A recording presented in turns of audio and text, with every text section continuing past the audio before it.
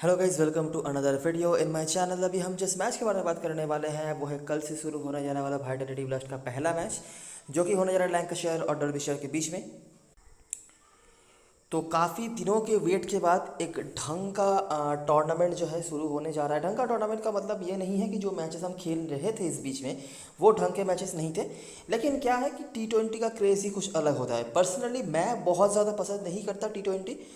मुझे 50 ओवर या longer format के मैचेस ज़्यादा पसंद होते हैं। और मुझे पर्सनली ऐसा लगता है कि अगर आप लॉजिकली काम करना चाहते हैं तो वहाँ पे काम करने के चांसेस भी ज़्यादा होते हैं और लॉजिकली चीज़ें भी ज़्यादा होती हैं। T20 में क्या है कि एक दो ओवर का ही मामला है। अगर मतलब सब कुछ सही जाने के बावजूद भी अगर एक दो ओवर कहीं पे कुछ हो गया तो आपका पूरा मैच ख़राब हो सकता है।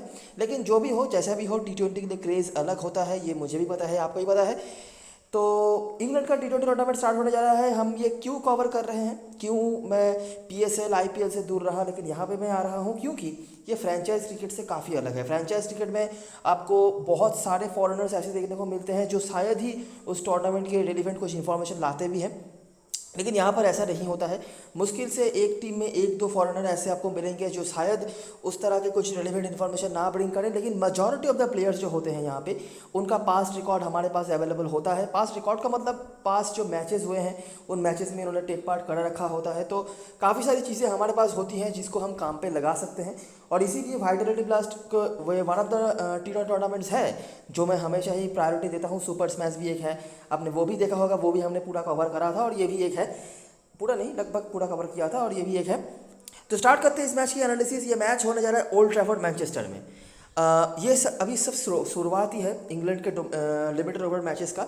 यहाँ से आपको ये जो ग्राउंड है ना, इस ग्राउंड के बारे में एक बहुत ही ज़्यादा क्लियरली क्रिस्टल क्लियर एक आइडिया आपके दिमाग में आ जाएगा जब तक इंग्लैंड का ये समर सीजन जो चल रहा है ये ख़त्म होगा। मतलब मैं कह रहा हूँ ना सिर्फ T20 के बारे में, बल्कि जो काउंटी मैचेस होते हैं, यहाँ तक कि जो नेक्स्ट मंथ से रॉयल लंदन कप भी होने वाला है, वहाँ तक भी एक बहुत ही क्रिस्टल क्लियर आइडिया आपके दिमाग में आ जाएगा अगर आप हमारे वीडियोस को रेगुलर फॉलो करेंगे तो। ठीक है, तो क्या है ये चीज़ वो हम आगे तो बातें करेंगे ही। तो दोनों टीमों के बारे में मैं थोड़ा आपको आइडिया दे देता हूँ। ठीक है, लैंकाशायर की टीम ऑन पेपर, अगर मतलब किसी को भी अगर कुछ भी नहीं पता है, अगर वो सिर्फ पेपर में ही लैंकाशायर की टीम को देखेगी ना तो भी वो कह देगी कि लैंकाशायर की टीम बहुत ज़्यादा स्ट्रांग है। बहुत ज़्यादा मतलब बहुत ही ज़्यादा स्ट्रांग है।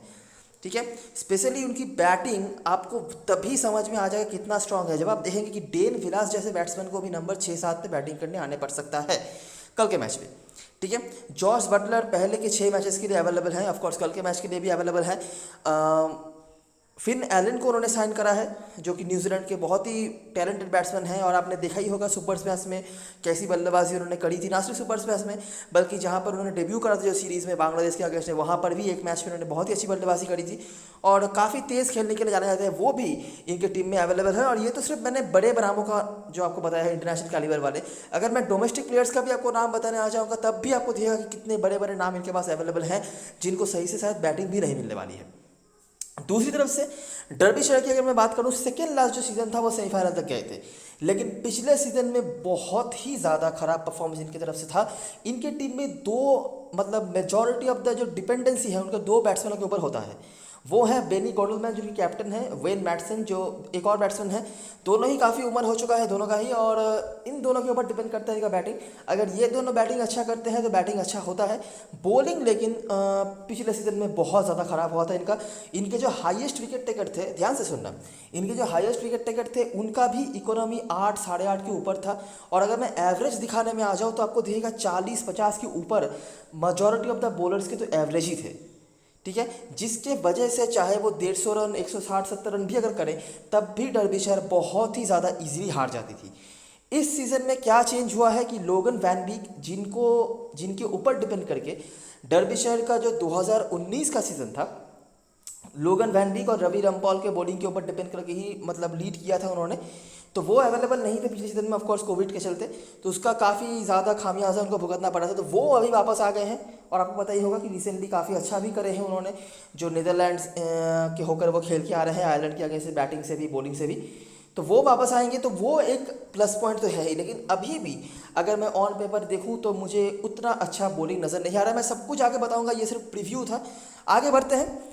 वेदर थोड़ा सा मुझे लगता है आपको डिस्टर्ब कर सकता है, बीच में कुछ बारिश के बूंदाबांदी भी हो सकते हैं, लेकिन मैच मुझे लगता है पूरा हो जाना चाहिए, रिजल्ट आ जाना चाहिए। पिछले सीजन की बात करें तो लैंकाशायर दूसरे स्थान पर थी अपने ग्रुप पे, मेरे ख्याल से सेमीफाइनल में उन्होंने खत्म किया था, और डर्बीशायर छठे स्थान पर है, छठे स्थान पर थे छठी बो की टेबल में। तो आप समझ सकते हैं काफ़ी खराब हाल पर वो थे। आखिरी 5 T20 मैचेस की बात करें तो लैंकाशायर आपको यहाँ पर 3-1 से आगे होती हुई दिख जाएगी, और एक मैच रहा था नो रिजल्ट।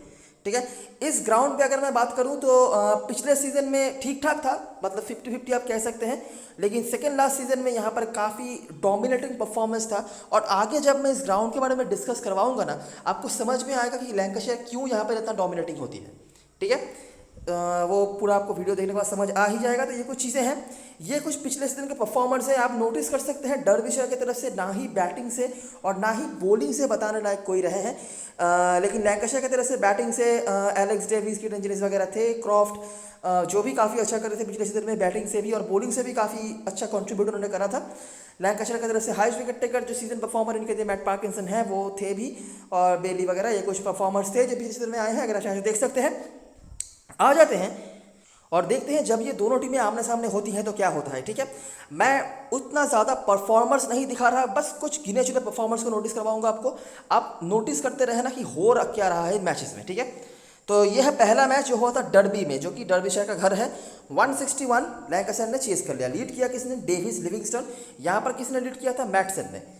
अब बॉलिंग में आप देख सकते हैं डर्बीशायर की तरफ से कोई नहीं है। लैंकाशायर का भी बॉलिंग बहुत अच्छा नहीं हुआ था, लेकिन रन रोकने के लिए काफ़ी था।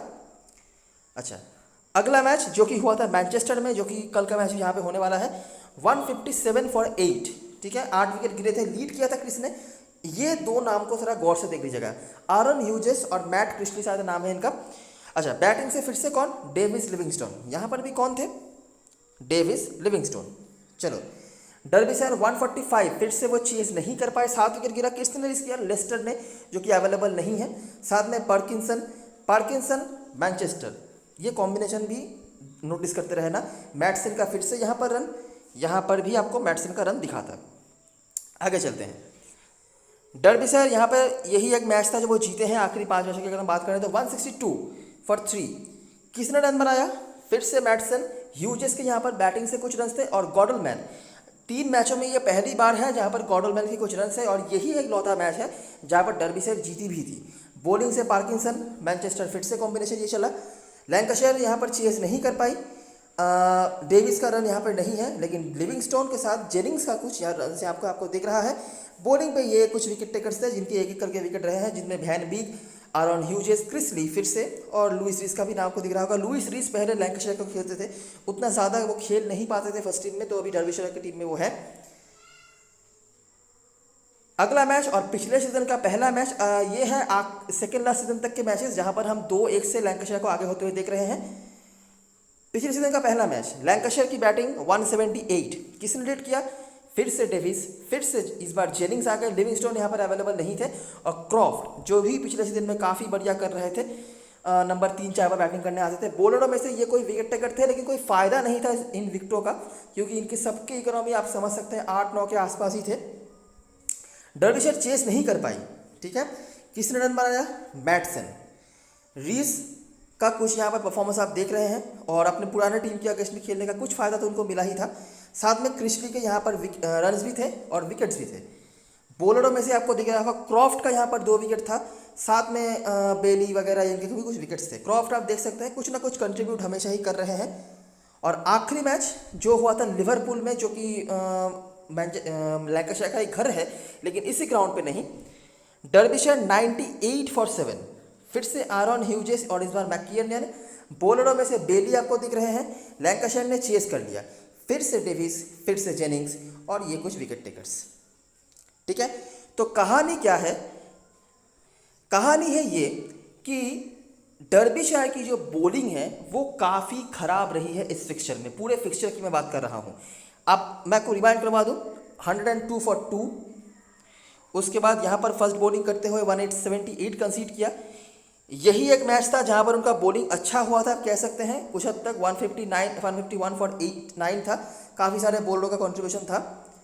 उसके बाद यहाँ पर भी ठीक ठाक मैं कहूँगा, ज़्यादा कुछ नहीं। जिसको लीड किया था ह्यूजेस और क्रिस्ली ने, और ह्यूजेस और क्रिस्ली का उस मैच में भी विकेट था जहाँ पर हराया था उन्होंने लैंकाशायर को। और ये जो पहला मैच हमने देखा था यहाँ पर भी एक ही विकेट गिरा है, ठीक है। तो 2 मैच तो हमने ऐसे देखे हैं जहाँ पर 1 और 2 विकेट गिरा था लैंकाशायर का, और बीच में कुछ मैचों में उनके विकेट्स भले ही गिरे हों लेकिन उतना ज़्यादा इफेक्टिव हुई नहीं है डर्बीशायर की बॉलिंग। और अगर हम ओवरऑल देखेंगे डर्बीशायर की बैटिंग को, तो एक नाम हमने कई बार देखा है, Benny Godleman one of the players है जो डर्बीशायर जिनके ऊपर डर्बीशायर की बैटिंग डिपेंड करती है, लेकिन उनका एक ही मैच में रन है और वो एक ही मैच है जहाँ पर डर्बीशायर जीती है, ठीक है। बाकी वेन मैटसन का नाम आपने कई बार देखा है, हम मैं समराइज करवा भी दूंगा आगे। तो यही कुछ चीज़ें हैं। लैंकाशायर काफ़ी डोमिनेटिंग रही है। आप नोटिस कर सकते हैं कि ऐसी कोई बात नहीं है कि उन्होंने बॉलिंग से बहुत ज़्यादा कुछ कर दिया होगा। जैसे कि यहाँ पर आप देखेंगे कि 4 विकेट गिरे हैं, यहाँ पर 7 विकेट गिरे थे, यहाँ पर भी 3 ही विकेट गिरे, उसके बाद यहाँ पर भी 7 विकेट, यहाँ पर भी ऑल आउट वो नहीं कर पाए। लेकिन बैटिंग उनका काफ़ी अच्छा रहा है और बॉलिंग भी इतना तो रहा ही है कि उससे ज़्यादा रन वो बना पाए, ठीक है। तो यही है पूरी कहानी, आप नोटिस कर सकते हैं। इनमें से मैनचेस्टर में जो लास्ट मैच हुआ था वो मैच डर्बीशायर ने जीता था 2 साल पहले, और इस सीज़न में वो सेमीफाइनल में भी गए थे। तो मैनचेस्टर में मेमोरीज जो हैं वो काफ़ी अच्छे होंगे। हालांकि काफ़ी सारी चीज़ें बदल चुकी हैं उसके बाद से ये कुछ परफॉर्मर्स थे जिन्होंने उस मैच में परफॉर्म करा हुआ था, ठीक है, जहाँ पर ह्यूजेस बैटिंग बॉलिंग से आपको दिखे हैं, गॉडलमैन और मैटसन की बैटिंग थी, और ये कुछ बॉलर्स थे जिन्होंने विकेट वगैरह निकाला था, और उस मैच में लिविंगस्टोन जेनिंग्स के रन्स भी थे, ठीक है। उसके बाद से काफ़ी सारे चेंजेस भी हुए हैं टीम में। तो ये कुछ चीज़ें हैं जो हमारे पास रेलिवेंट इन्फॉर्मेशन के तौर पे आ रहे हैं। और अगर हम सेकेंड लास्ट मैच को देखेंगे तो वहाँ पर भी हमें ह्यूजेस दिखेंगे बॉलिंग से 2 विकेट निकालते हैं। अगर आप नोटिस करेंगे तो देखिए 22 रन और 1 विकेट, लगभग 2 विकेट के बराबर का वाला पॉइंट यहाँ पर भी था और यहाँ पर भी है, ठीक है। तो 2 विकेट का बराबर वाला पॉइंट उनका रहा है आखिरी 2 बार जो उन्होंने खेला है, साथ में लिविंगस्टन वगैरह तो हैं ही। और एक और जो कॉम्बिनेशन मैंने आपको नोटिस करवाया पार्किंसन और मैनचेस्टर का। अगर हम समराइजेशन पे आ जाएं तो क्या हमें देखने को मिलेगा, एलेक्स डेविस 48 के ऊपर इनका औसत है। और ये T20 मैचेस की बात हो रही है, याद रखना, जहाँ पर 30 के ऊपर रन बना पाना भी काफ़ी मतलब अच्छा माना जाता है। तो 48 के ऊपर 49 के आसपास इनका औसत है। लिविंगस्टोन अलग लेवल पर चले जाते हैं जब ये डर्बीशायर के अगेंस्ट में खेलते हैं। 3 मैचों में 202 रन और 1 शतक भी उनके खाते में है, ठीक है। और स्पेशली चेसिंग में उन्होंने काफ़ी अच्छा करा हुआ है, आपने देखा ही है। और जब भी खेले हैं डर्बीशायर के अगेंस्ट उन्होंने रन बनाया है, कुछ ना कुछ तो बनाया ही है, भले ही 50+ कुछ बनाया या नहीं बनाया, रन हमेशा इनके खाते में रहा है। हालांकि तब का जो इनका फॉर्म था, तब के जो लिविंगस्टन थे, अभी जो इनका फॉर्म है, अभी जो इनका परफॉर्मेंस है, उतना अच्छा नहीं चल रहा है, ये भी मानने वाली बात है। लेकिन ऑफकोर्स ये अंडर एस्टिमेट करने वाले प्लेयरों में से नहीं है। डर्बीशायर की तरफ से ऑफकोर्स हमने वेन मैटसन का नाम देखा है, जिनका भी 56 के ऊपर औसत है। बाकी बॉलरों में से खास कुछ बताने के लिए नहीं है, कुछ बॉलरों का कुछ मैचों में अपना परफॉर्मेंस देखा है, लेकिन उतना ज़्यादा बॉलिंग डोमिनेशन वाली कोई चीज़ हमें देखने को नहीं मिली है। ग्राउंड में अगर हम बात करें तो ये ग्राउंड लैंकाशायर का घर है, तो ऑफकोर्स लैंकाशायर के परफॉर्मेंस हमें देखने को मिलेंगे। और यहाँ पर भी सेम 2 नाम है, एलेक्स डेविस और लिविंगस्टोन। औसत थोड़ा सा कम हो जाता है क्योंकि यहाँ पर काफ़ी सारे मैचेस उन्होंने खेले हैं, लेकिन डिसेंट है फिर भी। 10-12 मैचेस के बाद भी 37-39 आप कह सकते हैं अच्छा है बॉलिंग पे। लेकिन यहाँ पर एक नाम बहुत ही ज़्यादा उभर के आ रहा है और वो है मैट पार्किंसन। अभी ये तो सिर्फ शुरुआत है, मैंने आपको पहले ही बताया, ये है सिर्फ शुरुआत। T20 मैच वो भी जब हम आगे जाएंगे ना सीज़न के, मतलब 50 ओवर मैचेस वगैरह जब हम कवर करेंगे, तब भी आपको समझ में आएगा कि मैनचेस्टर के साथ एक अलग कनेक्शन रहता है मैट पार्किंसन का। मैं ये नहीं कह रहा कि वो कल के मैच में 5 विकेट लेंगे, 4 विकेट लेंगे, लेकिन विकेट हमेशा ही इनको मिलता है, ये देखा गया है, ठीक है। हो सकता है कल के मैच में विकेट लेस भी जाए, लेकिन अगर 10 मैच खेलते हैं तो 9 मैचों में इनके खाते में विकेट रहा है, और 15 मैच में 29 विकेट, मतलब आप समझ सकते हैं लगभग 2 विकेट्स पर मैच का औसत भी इनके पास है, और 16 का स्ट्राइक एवरेज भी है, ठीक है। तो ये कुछ नाम हैं इंडिविजुअली जिनको हम नोटिस कर पा रहे हैं, कुछ रिकॉर्ड्स हमने नोटिस करे हैं, कुछ चीज़ें हमने देखी हैं जो हेड टू हेड से नोटिस करने वाली है। आई होप आपने सही से देख लिया होगा। आगे बढ़ते हैं और एक बार रिमाइंड करवा देते हैं कि जब ये मैचेस होते हैं T20 मैचेस ग्राउंड पे, तो कैसे कैसे मैचेस होते हैं, ठीक है। तो 2019 से हम स्टार्ट करेंगे। 142 यहाँ पर बना था, लैंकाशायर ने चेस कर लिया। लीड किया था किसने, बॉलरों में से पार्किंसन ने, क्रॉफ्ट ने, करंट स्क्वाड मेंबर्स में से।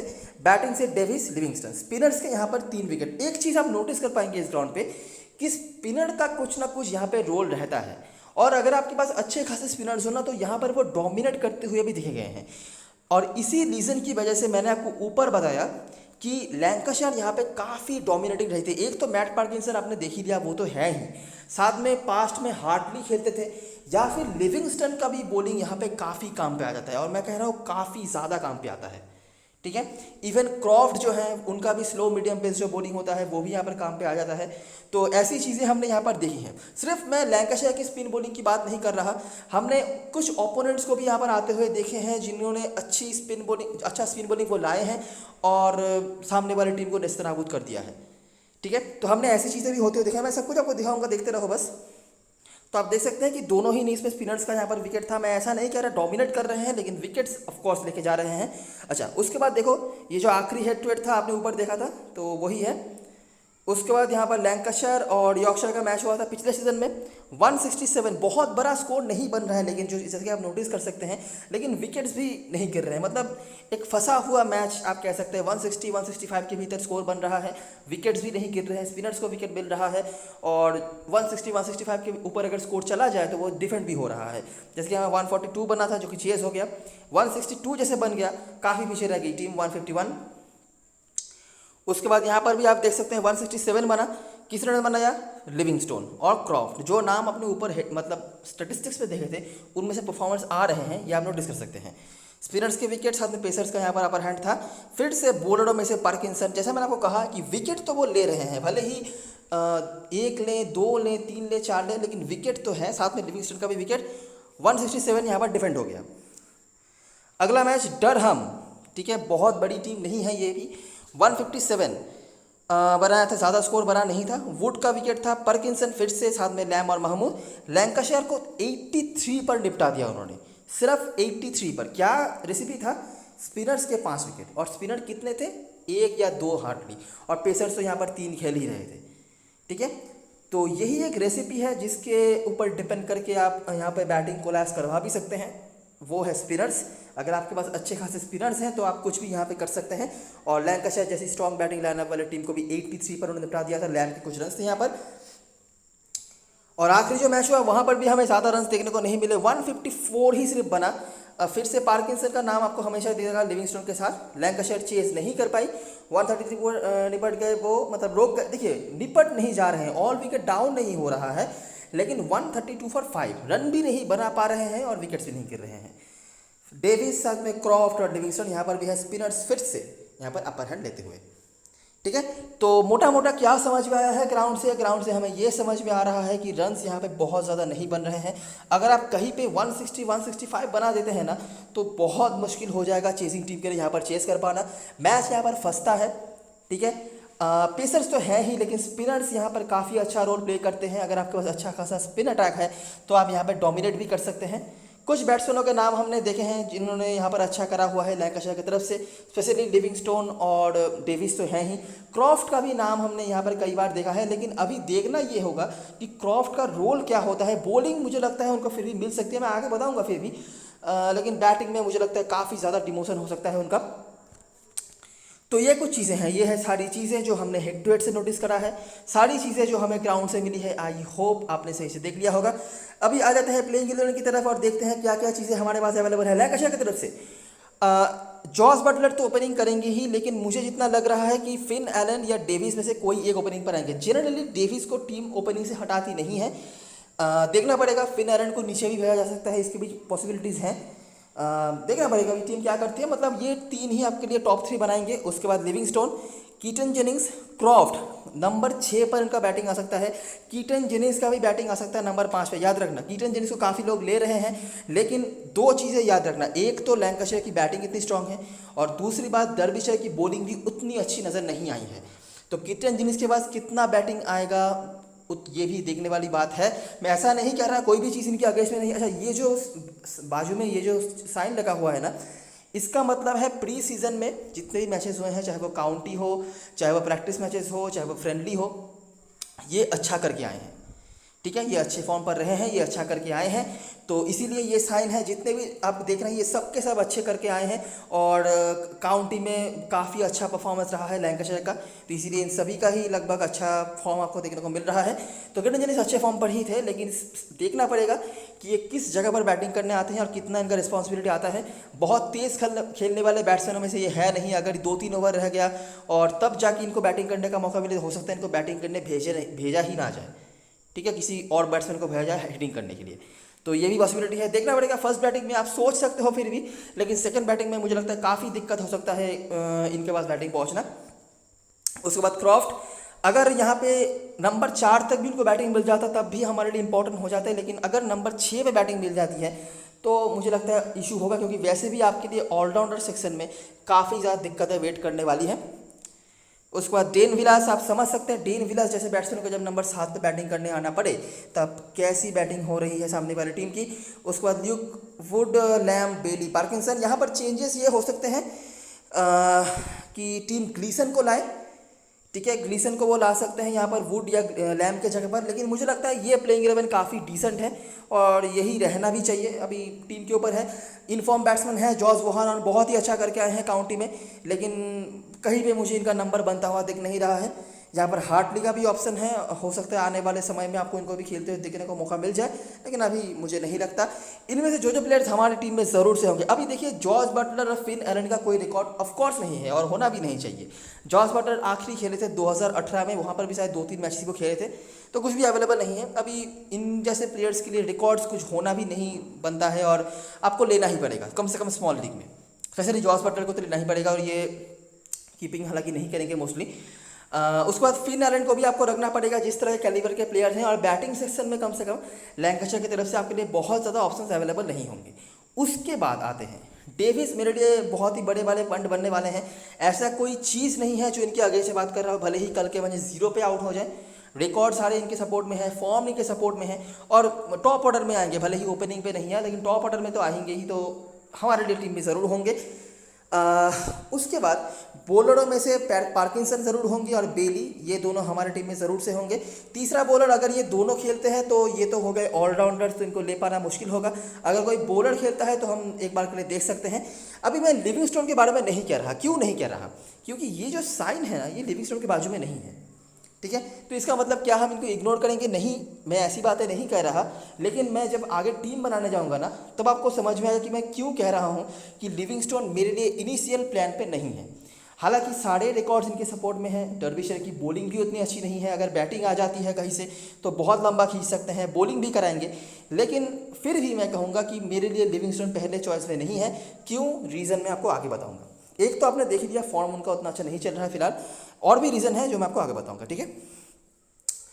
डर्बिशर की तरफ से गुडलमैन और रीस ओपनिंग करने आएंगे। उसके बाद डुप्लॉय, मैटसन, हैरी केम खेल सकते हैं और नहीं भी खेल सकते। अगर खेलेंगे तो अगर ऐसा प्लेइंग 11 रहता है तो हो सकता है कि वो खेलें, लेकिन चांसेस ये भी है कि वो नहीं खेलेंगे। लेकिन जो प्लेयर हमारे टीम में मस्ट से भी मस्ट वाले होंगे वो हैं ये दोनों, स्पेशली क्रिस ली, कमाल के फॉर्म पर ये चल रहे हैं।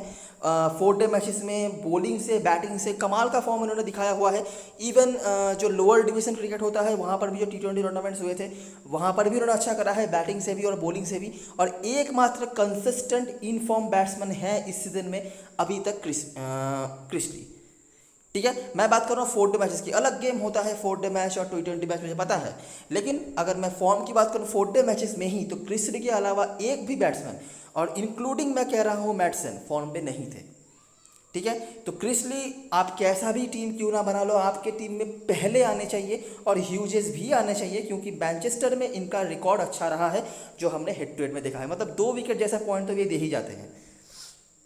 उसके बाद आते हैं मैकेनियन, लोगन वैन बीक। अगर सब कुछ सही रहा तो कोहेन और हाटसन प्रेंटिस में से कोई एक खेलना चाहिए, और ब्रूक गेस्ट जो पहले लैंकाशायर को खेलते थे ये सिर्फ कीपिंग करने के लिए खेलेंगे और कोई रोल इनका है नहीं, और वैसे भी आप कहीं से भी इनको मैनेज नहीं कर पाओगे। अगर टीम इन दोनों ही पेसर्स को खिलाना चाहती है, मतलब कोहेन और हटसन प्रेंटिस दोनों को ही खिलाना चाहती है, जिसकी भी पॉसिबिलिटी है, तो यहाँ पर केम नहीं खेलेंगे। अभी मैं केम को क्यों कह रहा हूँ कि टीम खिला सकती है, काफ़ी अच्छा करके आ रहे हैं और काफ़ी तेज़ खेलते हैं। ये एक्चुअली में टॉप ऑर्डर बैट्समैन हैं, लेकिन मुझे नहीं लगता टॉप ऑर्डर में इनको मौका मिलेगा। मिडिल ऑर्डर में ही सही फिनिशर की तरह काम पे आ सकते हैं और काफ़ी अच्छा करके आ रहे हैं और काफ़ी एक्सपीरियंस भी हो चुका है इनका। तो हो सकता है कि टीम इनको एक बार ट्राई करे, और अगर नहीं करती है तो ये दो पेसर्स में से दोनों ही आपको खेलते दिख जाएंगे। ठीक है, इनमें से हडसन प्रेंटिस भी काफ़ी अच्छा करके आ रहे हैं और ये काफ़ी अच्छी बैटिंग भी कर लेते हैं। ओपनिंग बॉलिंग पे आते हैं, किफ़ायती बॉलिंग कराए हैं उन्होंने और विकेट भी निकाला है एक दो। कोहेन का मैं ये कह सकता हूँ टाइट बॉलिंग कराया है उन्होंने, जितने भी मैचेस मैंने उनका देखा है। विकेट्स उतने ज़्यादा नहीं मिले हैं, लेकिन इकोनॉमिकल रहे हैं। इकोनॉमी का बोनस अगर ठीक ठाक सब कुछ रहा तो दे सकते हैं, लेकिन ये भी देखना पड़ेगा सामने वाली टीम की बैटिंग कैसी है, तो उसके भी चांसेस कम हो जाते हैं। इनमें से जो प्लेयर्स हमारे टीम में ज़रूर से होंगे स्मॉल लीग में, बैट्सन, ठीक है, बैटिंग सेक्शन में है तो कोई दिक्कत वाली बात नहीं है। ऑलराउंडर सेक्शन में क्रिशली, ह्यूजेस और तीसरे 3 प्लेयर यहाँ पर हो गए। और चौथा जो प्लेयर हम लेंगे वो है मैट मैककिनियन। अब ये कौन है? ये पिछले सीजन में भी one of the few performers में से थे डर्बीशायर की टीम में, जिन्होंने काफ़ी मतलब अच्छा करा हुआ था। बैटिंग भी डिसेंट कर लेते हैं और ये है टीम के लेग स्पिनर। तो क्रिसली के बाद इनका ही नंबर आने वाला है लेग स्पिन के मामले में। क्रिसली को तो हम अंडर एस्टिमेट करने वाले हैं नहीं। इवन मैककेनियन की बॉलिंग भी काम पे यहाँ पर काफ़ी आ सकती है। और जैसी बैटिंग चल रही है, जैसे बैटिंग के फॉर्म चल रहे हैं डर्बीशायर का, इनके पास बैटिंग भी आ जानी चाहिए। बहुत ही हैंडी प्लेयर हैं। मेरे टीम में हो सकता है कि मैं कैसे भी करके इनको मैनेज करूँ। ठीक है, अभी आपके ऊपर है कि आप लेना चाहो ले सकते हो, नहीं लेना चाहो नहीं ले सकते हो, लेकिन याद रखना ये काफ़ी हैंडी प्लेयर हैं और लोअर डिवीजन क्रिकेट में तो बहुत ही बड़े स्टार माने जाते हैं ये।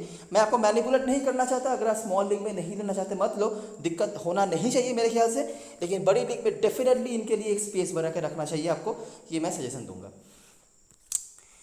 तो यही कुछ चीज़ें हैं।